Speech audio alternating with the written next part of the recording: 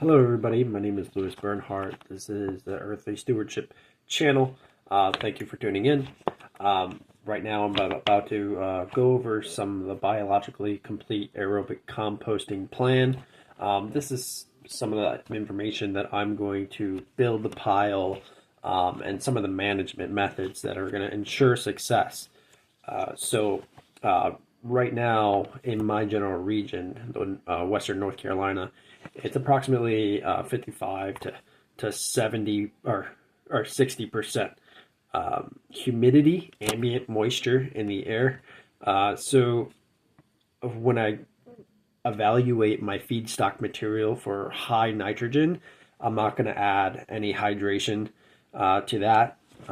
This is going into the hydration plan for the high nitrogen material, the green material, and then the browns, which is that high carbon material. So for the green, I'll probably do very little because there's already so much gravimetric water encapsulated in the structure of the weeds that I'm using. I'm using weed scraps, garden scraps for my green material. Typically, those are about 30 to 1, which is going to be perfect to sustain my temperatures. Other than that, my brown material, I'm going to hydrate my brown material probably for upwards of 20 hours to kind of soak in the material because the particle per volume or surface area to volume is pretty wide, and so I need I need the water to infiltrate and absorb and get the woody material, which is what I'm using. I'm using high diversity woody material from my local area to as my carbon material, my brown. So other than that, I plan on reducing some of the hydration time. Typically with the wood chips, you want to do like 24 hours, but I'm going to reduce it because I have a lot of water in my kitchen scraps for my high nitrogen. So I'm going to be reducing that for a few hours. And how I'm going to do a hydration plan, I'm just going to have it in the 5-gallon buckets, waiting there and then I'm just going to put water in it, allow it to soak for the time that it needs to soak, and then add more water as I'm mixing whenever that comes to the pile. So speaking of mixing, when it comes to assembling the pile, I am going to have the total volume of my pile is going to be 377 gallons, approximately 50.2 square or cubed feet cubed. So and these are just in 5-gallon buckets, but I'm using 40 total buckets.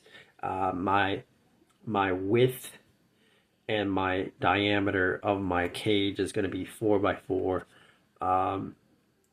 So these are some of the methods that Dr. Elaine Ingham and her team at the Soil Food Web has developed to ensure that you're getting the aeration to infiltrate into the pile, that you're creating the conditions that grow the right microbes.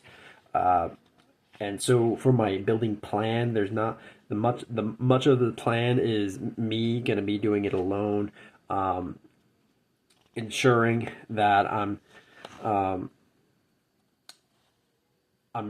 mixing thoroughly together. So there's going to be a tarp, and I'm going to be doing 10 buckets and 4 rounds of 10 buckets.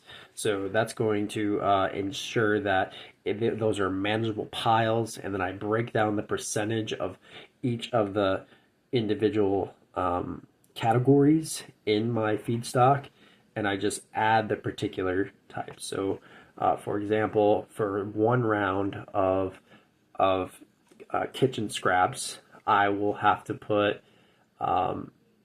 about one bucket for my 4 rounds, and that's based off a reading off of Excel that the Soil Food Web has given us.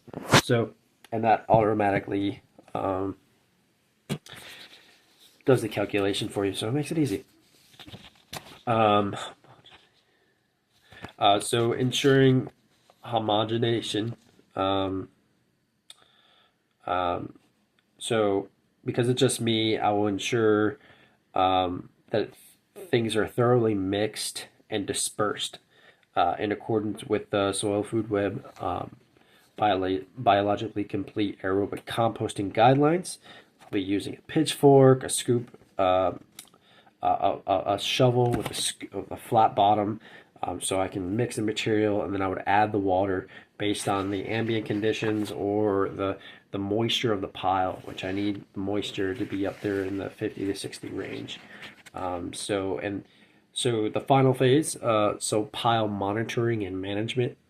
I will have temp checks, ideally within 12 hours of my original mixing, which I plan on doing 3 readings within, and I'll do moisture checks periodically, which is basically I'll be squeezing, not too tight, but a firm, and based on the amount of that drops from my pile, that gives me an indication of my moisture level in there. You could buy a not a psychrometer, but a moisture meter. A lot of people have them.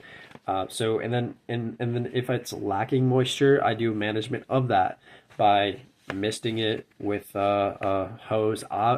Honestly, the best thing you can do though is you got to make sure that your water is up to a certain to ambient temperature, because that water, it's just like you when it's a hot day and it's cold outside, and it's and you get that cold, or I'm sorry, it's hot outside, excuse me, and then you get that cold water. It's like, oh, it shocks you. Same thing with the microbiology inside that pile. So ambient temperature water is ideal, but it's still, moisture is still what you want.